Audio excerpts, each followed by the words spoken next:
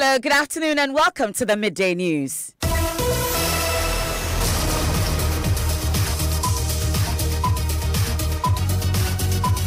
This bulletin is coming to you live from our studios here at Kokomlemle in Accra on digital address GA0993341. It's broadcasting live on Joy 99.7 FM, also live on Love 99.5 FM in Kumasi, affiliates across the country on ABN Radio in London and around the world at myjoyonline.com. The news is brought to you by Telesol 4G, proudly Ghanaian, Telesol, just a touch, UMB Bank, UMB Speed Up, Digibank, Let's Go, and Mac Auto Parts Ghana, distributors of Isuzu and Chevy cars. Mac Auto Parts Ghana, with you for the long run. Coming up in this edition, with senior high schools set to reopen next week, Teachers Union NAT is demanding logistics required to run the newly introduced double track system.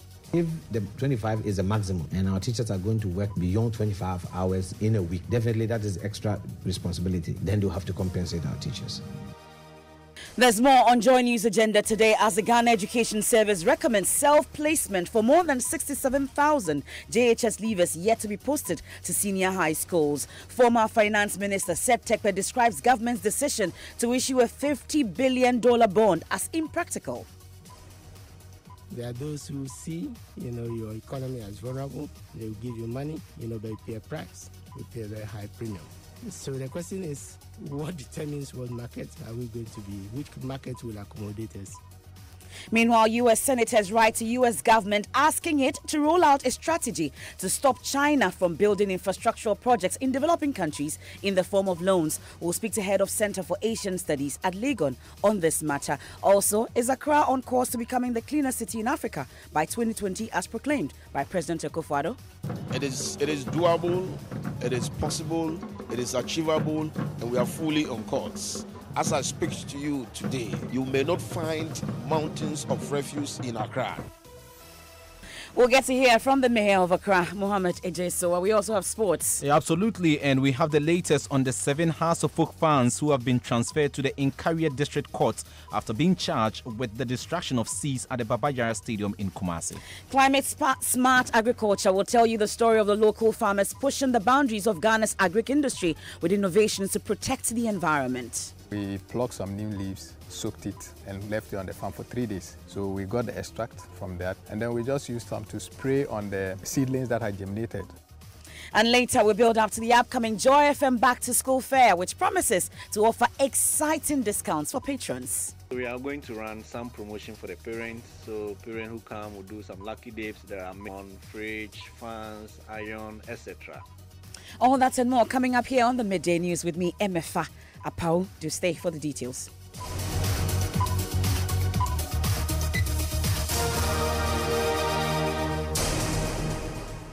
The Ghana National Association of Teachers says government must, as a matter of urgency, provide critical logistics needed to run the double-track SHS program.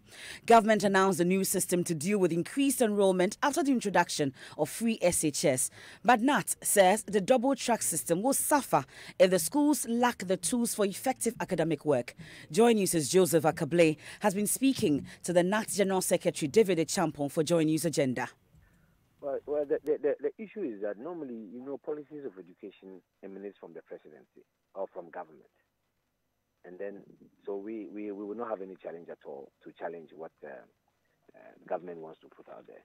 The reality of the situation is that about 100,000 more of students over last year will have to go to school in September. So government will have to find innovative ways of getting the students to the classroom. Now, the details of the issue is that it's not all schools in Ghana who are going to do the double track. It's only some schools. And I think that the Minister of Education will give the details out when he does his own thing. For us as teachers, what we are interested in is what is in there for our teachers, what is expected of our teachers. And that if they have to do extra work, at the remuneration that we have to be talking about. So basically, that is what we are looking at. But we don't have a problem at all. Because if we're talking about the fact that 100,000 teachers, students cannot get accommodation in our schools if they all go at once, and that some selected schools will be doing double tracking. we don't have a problem.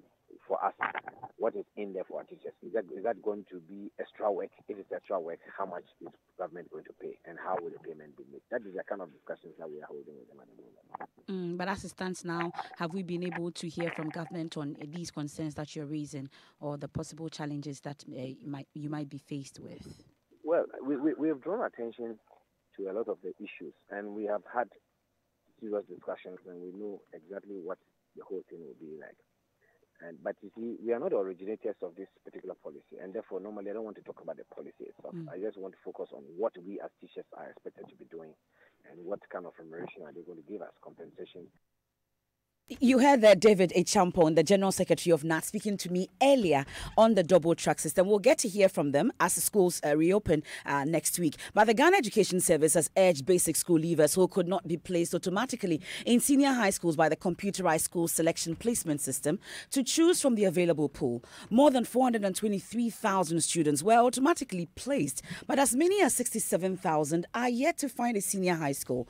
A statement issued by the GES says such pupils must acquire a PIN code to be able to choose their schools. We are joined on the line now by Public Relations Officer Cassandra Achum Ampofo on this latest directive from the Ghana Education Service. Thank you very much for your time here on the Midday News, Madam. Now, tell us more about this process to get these yet to be placed students posted.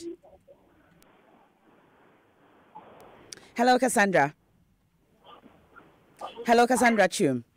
Hello. Thank you very much for your time here on the Midday News. So I was asking about an earlier statement you issued. You're telling us that some students who were not placed automatically. Hello, Cassandra. I can't hear you. Hello. Okay, looks like we'll have to rectify that. Cassandra Chum is unable to hear me. We'll establish connection with her once again, and then as and when she's able to hear, we'll be able to do that. But as it stands now, the Ghana Education Service has issued a statement asking that those students who were not placed should be able to do so manually, and we'll try again if Cassandra can hear me this time. Cassandra, can you hear me? Yes, better. So I was asking if you can tell us more about this process to get these yet to be placed students posted. All right, thank you so much. A very good afternoon to your listeners. We have released 2018 placements into senior high schools, and the process begins today. The check-in. We are out of the total number of candidates registered, that's 520,710. 514 candidates qualified to be placed. Now, out of that figure that qualified to be placed, we have 134 that were automatically placed by our system, and then 67,382 unplaced. And so we are saying that to access the portal, the first thing is to get your placement code. And you dial the USSD code 713*713*24# to get the code on your phone. And then you log onto the site www.cssps.gov.gh, and then your index number, you add 18 because the year of completion is 10. And then you go through the other instructions by inserting your serial number and PIN, and then your placement will pop up for you to print. Now, if you have not been placed, then we are saying you proceed to the self-placement model where schools, that is after the placement or that after the automatical placement, those or the schools that still have vacancies have been uploaded on the system, onto the system. But Cassandra, so clarify for us, Cassandra, clarify for us. This 67,000 students that were not placed, why were they not placed? Is it any fault of theirs? Why were they not placed in the first place? Yes, they were not placed because they did not get any of their choice of schools. They were asked to choose 5 schools, and so per your grade or per the merit you obtained. So if you chose school A, B, C, D, the algorithm is, if you follow from your first choice, you move to the second. In fact, the second choice, if you have a better grade, you are going to place even the person who chose your second choice as the first choice. So it runs down to the last choice. So per the grade you had, if the schools that you chose, yes, So for the grades you had, if you are not able to get any of your 5 schools that you chose, and then you'll be unplaced. And because we do not want to place students into schools that they have not chosen themselves, we left it. So it's subject to availability. So it's subject to the availability or vacancies in the school. So what if there are no vacancies in these schools that they want to choose? What happens to them? So they have them. We have the schools with vacancies online. And pay your grade. Even the schools with vacancies online, pay your grade. Pay your grade. So, for example, if you had aggregates maybe between 30 to 40, the schools that will pop up for you to choose will not be the same as somebody who had maybe between 10 to 15. Okay. So what is the assurance that all these 67,000 students will definitely get a school? All of them, because we know that the vacancies are available, all of them. You know, last year we had twice, I must say over 160,000 plus students who were unplaced. Okay. So you see some improvement this year. We have this number, I mean, almost twice of last year to do. Even last year, not all of them had the school. We're grateful for your time. We thank you so much for that clarification. That's the Public Relations Officer of the Ghana Education Service, Cassandra Chum. We can now hear from the General Secretary of NAT, David Echampong. The new program of the double track system is... We apologize for that mix-up there. We'll definitely bring you that sound, that interview for the General Secretary of NAT, David Echampong there. But away from that, it is often said that age is no limitation to one's education. However, benefits of early grade schooling elude most late starters. Confidence, ability to socialize with peers, and a higher chance of completing formal schooling are some of the few advantages of enrolling your child early in school. As part of Joy News' month-long Enroll Me Now campaign, aimed at promoting right age enrollment, 28-year-old Joel Odro tells MFA Atiamwa Eli how starting school at age 12 snuffed out his big dreams. I was shy, and I have friends who are my age mates who were way ahead of me. So I knew that I am behind. Already they started calling me names like class 1 papa and all that. So I wasn't feeling comfortable at all. Joel is 28 years old. He plans going back to school to add value to himself. He describes his current occupation as an opportunity afforded him by grace. I remember I used to tell my friends I was going to be a doctor, but me not starting early and also dropping out has affected me. I think where I am today is out of grace. Being in class with children much younger than him made Joel detest going to school. Joel tells me he always kept to himself to avoid being teased. He says that affected his confidence level greatly. I'm unable to even express myself well, or if we have to socialize. I'm always reserved, not because I'm a quiet person, but because I feel, okay, when I go and then they are talking about something that is related to school, I am way behind. It's a new academic year. Joel is encouraging parents and guardians who have children of school-going age to take them to school so they don't suffer the complexes he endured as a child. MFA Atiamwa's report there on Enroll Me Now. We can now take today's edition of Joy News Agenda. The new program of the double track system is all in furtherance of ensuring that every child a president passionate about education making a case for a policy that seems to earn him so much plaudits and an equal measure of criticism. That's almost 12 months after the rollout of the free SHS policy. General Secretary of the Ghana National Association of Teachers, David Echampong, recalls the increase in enrollment presented teachers with a bigger workload. The numbers were bigger than the spaces available. So definitely we had too many students in the classroom, which in itself indicates that you cannot do pure and good academic work. Mr. Echampong tells Joy News they received news of the double track with excitement. It is going to reduce the number of students in our classes. 2, it is going to afford all these 180,000 students an opportunity to be educated. He, however, says reducing the class size through 2 tracks may not necessarily improve academic performance since other challenges confront teachers. Sometimes when you go there and you have facilities available to you, you have good classrooms, you have good environment, you yourself, you have been sent to a village, you have a decent place to stay. That is motivational enough. But in a situation where a teacher will have to get up around 5 o'clock, go to stand by the roadside and wait for the only taxi, which picks about 8 people to where the school is located, that becomes a disincentive. He also wants government to be prepared to pay teachers extra if the system will force them to work beyond maximum hours. If the 25 is the maximum and our teachers are going to work beyond 25 hours in a week, definitely that is extra responsibility. We have spoken to the ministry about that. If a situation of that nature persists, then they'll have to compensate our teachers. NAT says although it supports the project, it must not be a permanent solution.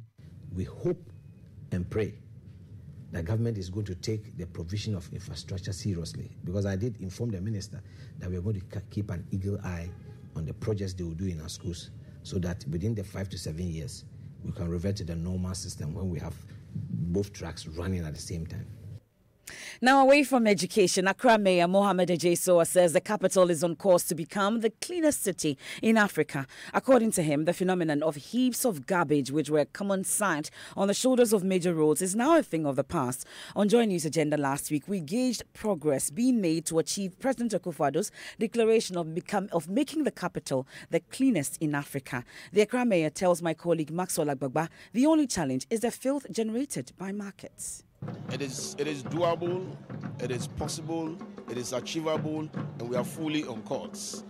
As I speak to you today, you may not find mountains of refuse in Accra as it used to be when we came into office, and that's a matter of a great achievement to us. We've been able to deploy people also onto the streets that are also even doing waste picking on the streets. So there are a lot more than it. And then we have been able to, the household coverage of waste collection is now almost 80%, indeed winning the war. The challenge sometimes are the major markets where we are supposed to deal with the Agboglushi, the Okanshi, the Katamanton, the Kaneshi, Mokola. These are the areas that we have a bit of a challenge. Of course, strategies are being deployed to be able to combat it and win that war as well. And once that is won, generally you will see Accra to be very clean. What about open defecation? Do you think we are winning the war against open defecation? We know recently the AMA launched the project. Of course. I mean, within the last couple of months, we managed to provide over 500 household toilets. Accra Mayor Mohamed Ejesoa, still on sanitation but away from Accra. The central region town of Kaswa is known to be one of the fastest growing enclaves in the country with a sprawling real estate industry. But that beautiful story is now threatened by the problem of filth. There's concern about poor sanitation, blamed for rising diarrhea and malarial cases. In the following report, Joy News' Justice Bedu finds out how the situation is affecting residents. I am standing inside the main market at Kaswa. Just beside me is a big drain choked with plastic bottles and water sachets. Flies are feasting on the heap of filth. The stench is unbearable. Just by the gutter, a middle-aged woman is selling porridge to 2 young children. This is a regular sight here. When the president promised he was going to make Accra the cleanest city in Africa, people here thought he would put his word into action and make actual change. The government is doing, but their best is not enough. Their best is not enough. Peace Jikunu runs a shop in the middle of the market. She has recently treated her son for diarrhea and herself been to the hospital for typhoid treatment. And she blames that on the filth she and other traders here have been living with. I was weak in my knee, I cannot go. So later when I went to the hospital, they told me that I have a typhoid in my blood. You cannot come to work. You have to, the time that you used to come to work, that's the time you have to go to hospital. Most of us, we don't even have health insurance. At the local clinic here, evidence of how badly hit this community is from sanitation-related ailments. dozens of people lined up to receive care, mainly from diseases like malaria and diarrhea. Dr. Senya Kafui is the Municipal Health Director here. In 2017, for example, we had over 24,000 cases of malaria, uncomplicated malaria, within the municipality, and 5,000 plus diarrhea cases in all. These are all disease conditions that are directly related to poor sanitation. Ghana's economy loses an estimated 420 million cedis every year because of poor sanitation. That manifests in about 19,000 deaths directly attributed to cases like diarrhea. That includes over 5,000 children under the age of 5, according to the UN Children's Fund. Justice Beidou, Joy News, Kaswa. So on that poor sanitation note, let's take a breather, hopefully for some fresh air. But when we return, former Finance Minister Seth Terkper describes government's decision to issue a $50 billion century bond as impractical. There are those who see, your economy as vulnerable. They will give you money, but you pay a price. You pay a very high premium. So the question is, what determines what market are we going to be? Which market will accommodate us? Meanwhile, U.S. senators have written to the U.S. government asking it to roll out a strategy to stop China from building infrastructural projects in developing countries in the form of loans. We'll speak to head of Center for Asian Studies at Legon on this matter. And later, we'll build up to the upcoming Joy FM Back to School Fair, which promises to offer exciting discounts for patrons. We are going to run some promotion for the parents. So parents who come will do some lucky dips that are made on fridge, fans, iron, etc.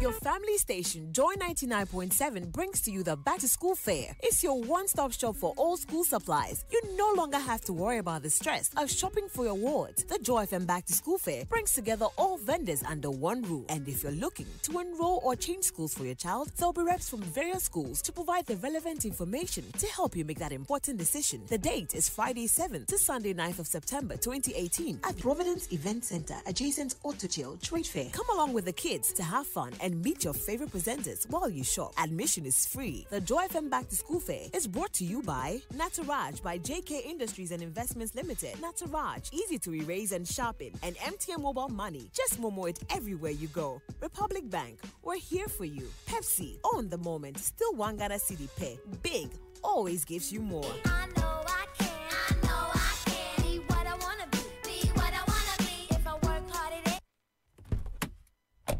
That is the sweet sound of excellence.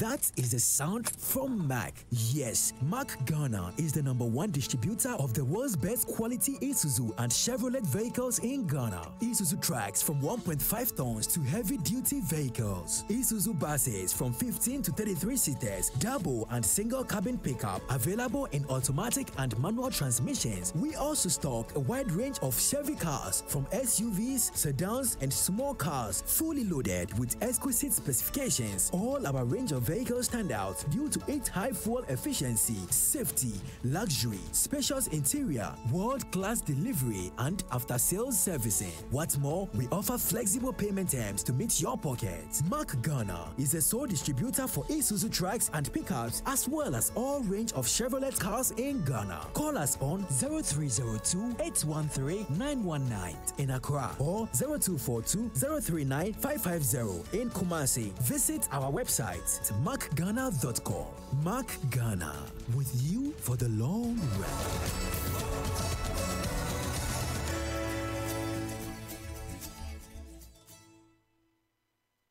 Now, this very moment, it's the pulse of possibility, potential, power. It's time to make your move. To take that step. The time is now. Now. Now. The great things you do tomorrow start with the small steps you take right now. So take that step with Old Mutual. Call us on 0302-230-638 and make now count. Old Mutual. Do great things every day. Welcome back to the Midday News. Thank you very much for staying with us. Let's take the latest from the world of sports with Ridwan Ibrahim Asante. Yes, MFA. 7 persons suspected to be fans of Accra House of Folk are in court today facing prosecution for destroying seats at the Baba Yara Stadium during last Sunday's friendly against Kumasi Asante Kotoko. Now, there have been, those fans have been charged with conspiracy to cause crime, assault, and also causing unlawful damage. Love FM's Dela Atiase has more on this and joins us on the phone line now. Dela, we understand the trial is in Carrier and not Kumasi. Why the transfer? Yes, indeed, that's the story. Surprisingly, we went to the court earlier this morning thinking that, and we were told that the case will be heard at the Circuit Court 2. When the 7 were brought there, they said the judge who was supposed to sit on the case was not around, and so we thought that the guys would be sent back to, the suspect will be sent back to the Central Police Station, only for us to be told that they've been sent to the Carrier Circuit Court for to be arraigned before the court there. I've just spoken to officials who are of the club, who are with the team, who are with the guys there, who tell me that yes, indeed, the guys are in Carrier now. They've been processed for the Carrier District Court. They are waiting for the arrival of the judge for court proceedings to start any moment from now. You know, what has been the reaction from both sides? I'm talking about Kotoko and House of Folk supporters, because this is the first time we've seen the sort of atrocious behavior on or at the stadium being facing prosecution. What have they been talking about? Well, it's been divided. Initially, when it happened, especially yesterday, when you monitor radio programs in town, all you heard was that, yes, it's good for us to, punish these guys to serve as a deterrent for the others so that we don't see this kind of occurrences. But today, when news went around that indeed the guys have been transferred to Incaria, many thought that, well, maybe the officials or the security personnel are also being a bit too harsh on them. So it's quite divided. Many feel that, yes, it's right for them to do this. Others feel that they think that they are being too harsh. That's Love FM's Delali Atiansi there. So we'll be following the story and we'll see how we'll bring, all uncouth behaviors to book. Thank you very much, Ridwan. Now, former Finance Minister Seth Tekpe says government's decision to issue a $50 billion century bond is not practical. President Akufo-Addo hinted his government is likely to float the bond, which will be the biggest single loan contracted in Ghana's history. The president has already invited China to take part in the bond, but the minority in parliament is warning the country's debt stock will rise with generations unborn unable to pay if government goes ahead with it. Mr. Tekpe has been speaking on the Super Morning Show. There are those who see, your economy as vulnerable. They will give you money, but you pay a price. You pay a very high premium. So the question is, what determines what market are we going to be? Which market will accommodate us, for a 50 billion facility? Mind you, our GDP is 40 billion. So if you want to borrow 50 billion, that's 125%. Your debt to GDP is already 70%. Few countries issue century bonds. The U.S. issues mostly 30-year bonds for its infrastructure. You heard the former finance minister Seth Tekpe there, but away from this, 16 U.S. senators have written to the U.S. government asking it to roll out a strategy to stop China from building infrastructural projects in developing countries in the form of loans. They say the initiative amounts to weaponizing capital and described it as a predatory Chinese infrastructure financing. The letter to the U.S. Secretaries of Treasury and State comes at a time when Ghana is signing a $2 billion barter loan facility with Chinese state firm Sinohydro. Here's a News Desk report. Quoting the Center for Global Development, the senators led by Chuck Grassley of Iowa and Joe Dinelli of Indiana said Chinese behavior as a creditor has not been subject to the disciplines and standards that other major sovereign and multilateral creditors have adopted collectively and usually results in rising debt levels in developing countries and dependence on China. The senators expressed worry countries like Djibouti have fallen in such traps, resulting in their debt to GDP ratio increasing from 50 to 85%, the highest for any low-income country, and putting them at risk of losing their major port to China. The senators warned there is an attempt by China to weaponize capital in Africa, Asia, and Europe, saying one of the key tools for doing this has been the China Export-Import Bank. They are asking the U.S. government to provide a plan on how it can use its power as the largest contributor to the International Monetary Fund. We'll get more of this in our subsequent bulletins, also hear experts' view on that matter. But Ghana's subsistence agriculture has been characterized by practices including slash and burn and the application of toxic chemicals, all of which threaten the environment. But it appears some farmers are now pushing the boundaries of agriculture in the country with the deployment of climate-smart practices on the farm. Here's a report on that. Conrad Balig, an agribusiness entrepreneur, has been trained to adopt climate-smart agri techniques on his farm so the environment is not harmed. Every morning, he makes the 1-hour journey from his home office in Wa to Mabase in the Wa East district to work on a 6.5-acre farm. So you realize that some of our lands that are lying fallow right now, we have started applying organic manure to them so that by the coming year, those lands will be suitable for production so that we don't have to use fertilizer and other chemicals on the crops. To reduce the long-term cost of climate change and create opportunities for sustainable growth, the Ghana Climate Innovation Center is supporting local entrepreneurs with the knowledge and resources to develop climate-smart technologies. It's really about ensuring that the economy of tomorrow is resilient. Climate smart technologies, of course, is the way to go. But one headache for parents and guardians at the start of every academic calendar is the thought of roaming from shop to shop in town to get school supplies for their children. Now, Joy 99.7 FM will relieve you of the stress. We're inviting you to the Providence Event Center at the Trade Fair Center La from Friday 7th to Sunday 9th September to shop for all that your child will need for school, from creche to tertiary. We'll get more on this. Trust me if I tell you, it's the place to be as a parent. Let's check what's trending on social media. All right, hashtag Day Break Hits is trending #1 in Ghana, and that is Andy Dosty's show on our sister station Hits 103.9 FM here at Shatawali in studio. And at Sturmy GH says, at Shatawali GH is multi-talented Charlie, more than a comedian, I swear. Hashtag Day Break Hits. And at Monoton says, Shatawali is for the people, of the people, and by the people. Hashtag Day Break Hits. And that's it for the Midday News here on Joy 99.7 FM. There's more news when you log on to myjoyonline.com. I am Emefa Apau. Thanks for your company. Have a good afternoon. With it.